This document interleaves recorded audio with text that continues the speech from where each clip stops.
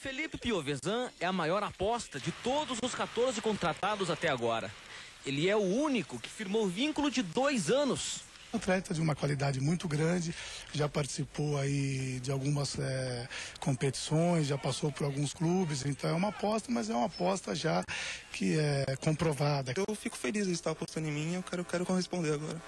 Apresentado ao lado de Felipe, o lateral esquerdo Itaqui fez um contrato apenas para o Paulista.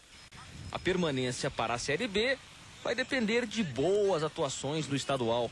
E quando surgiu a proposta de vir para cá, não pensei 2 vezes em vir, né? E disputar pelo Guarani, melhor ainda. O concorrente dele será João Paulo, que também deu as primeiras entrevistas ontem.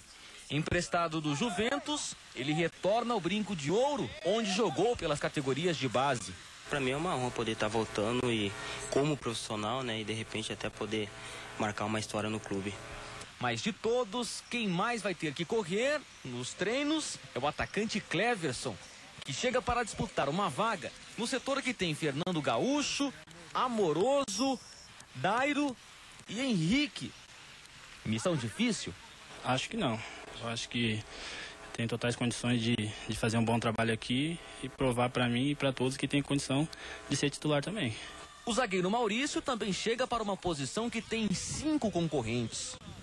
É até difícil lembrar de todos. Tem o Plínio, tem o Éder e... Com 14 jogadores contratados, o Guarani treina com um elenco praticamente definido. O gerente de futebol bugrino, Beto Souza, faz os últimos contatos para encerrar o ciclo de contratações. Mais um meia-direito nós estamos buscando. Estamos trabalhando para isso, para tentar integrá-lo o mais rápido possível no elenco.